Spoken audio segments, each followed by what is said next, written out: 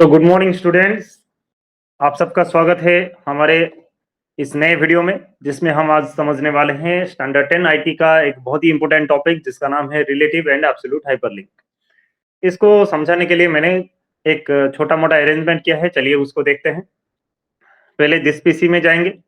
इसके अंदर D drive है, बैकअप प्लस डी, जो कि हमारा डी ड्राइव है, और इसके अंदर स्टडी बोल के एक फोल्डर है, जिसके अंदर पहले से ऑनलाइन क्लास, एग्जाम, ऑर्डर्स ऐसे बोल के अलग अलग फोल्डर्स थे। मैंने एक नया फोल्डर क्रिएट किया है हाइपरलिंक, जिसके अंदर दो और फोल्डर है, 10th ए 10th बी बोल के, और एक फाइल है test.ods। ये 10th ए फोल्डर के अंदर क्या है देख लेते हैं। 10th ए फोल्डर के अंदर है 10th ए आईटी बोल के एक फाइल, जिसके अंदर 10th ए बच्चों का एक लिस्ट है, आप देख सकते हैं। फिर 10th बी फोल्डर के अंदर जाऊंगा, अगर 10th बी फोल्डर में भी 10th बी के बच्चों का एक लिस्ट है। तो यहाँ पे मैंने ये जो test.ods है, इसके अंदर मैंने उन दो फोल्डर में, ये जो 10th ए और 10th बी के फोल्डर में अभी जो मैंने फाइल्स खोल के दिखाए, उनको यहाँ पे हाइपरलिंक किया हुआ है। आप देख सकते हैं, जैसे ही मैं 10th ए के ऊपर माउस ऐसे लेके जाता हूँ, तो आप वो पूरा पाथ दे सकते हैं, d:/study/hyperlink/10a standard 10a it.ods। उसी तरह 10b के ऊपर भी जैसे ही क्लिक करूं या माउस उस लिखावट के ऊपर लेके जाऊं, तो आप पूरा कंप्लीट पाथ देख सकते हैं।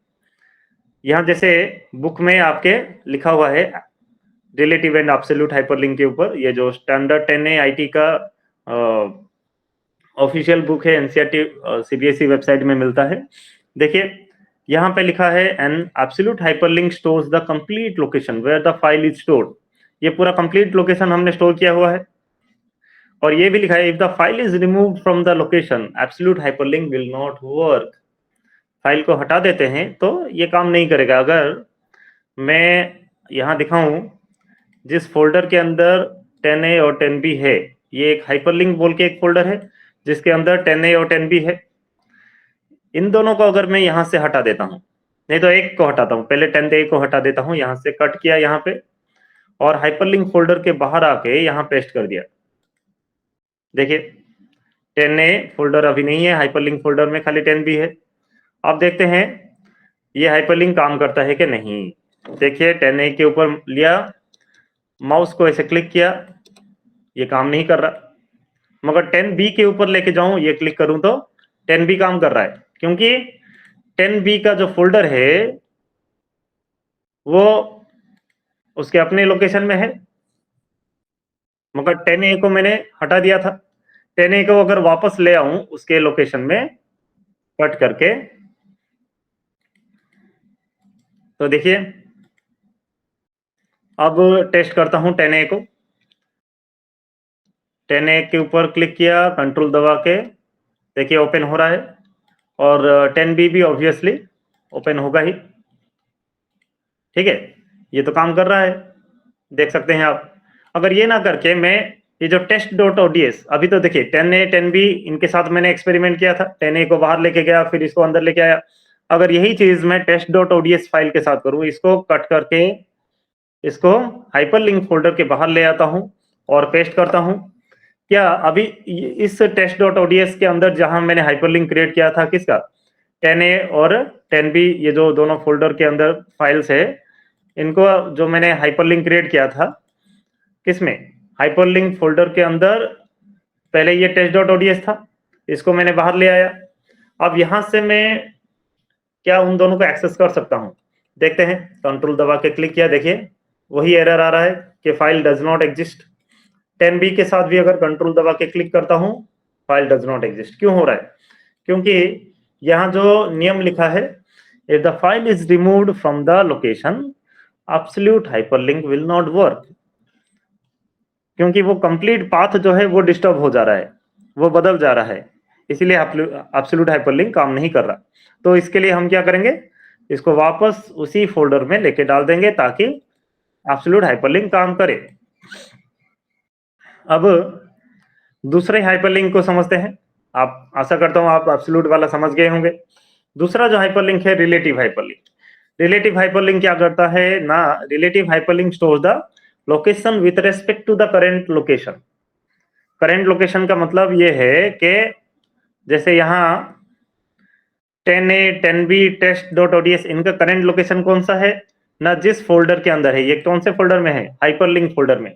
आपको बैक जाके दिखाता हूं, डी ड्राइव है, देखिए दिस पीसी है, दिस पीसी में डी ड्राइव है, डी ड्राइव के अंदर स्टडी फोल्डर है, स्टडी फोल्डर में हाइपरलिंक फोल्डर है।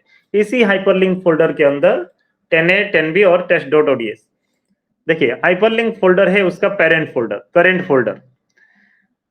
इस फोल्डर के अंदर जो है ये तीनों फाइल है, यहां लिखा है ना, relative hyperlink store the location with respect to the current folder, current location, ये है करंट लोकेशन हाइपरलिंक, जिसके अंदर ये तीनों मौजूद है। अभी आपको करंट का मतलब समझ गया होगा, करंट लोकेशन का मतलब। और क्या लिखा है देखिए आगे, आगे ये लिखता है कि if the complete folder containing the active spreadsheet is moved, the hyperlink, the relative link will still be accessible as it is bound to the source folder where the active spreadsheet is stored।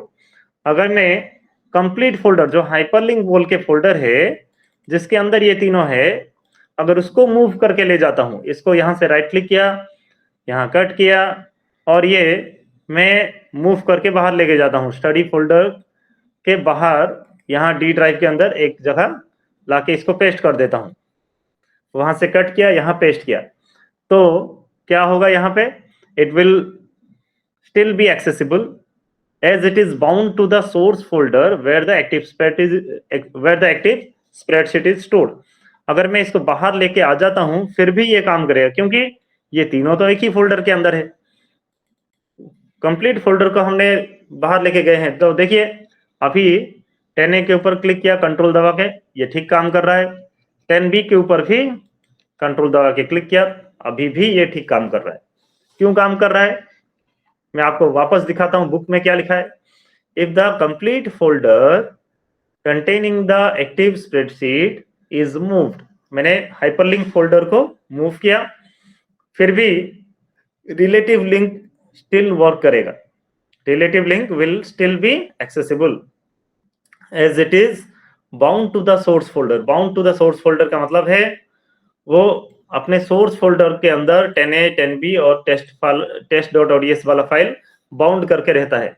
आप पूरा folder को लेके कहीं भी जाइए, एक drive से दूसरे ड्राइव में भी ले जाइए, it will still work. Bound to the source folder where the active spreadsheet is stored. तो मैं आशा करता हूं अभी आपको जो मैंने प्रैक्टिकल करके दिखाया ये आपको समझ आ गया होगा।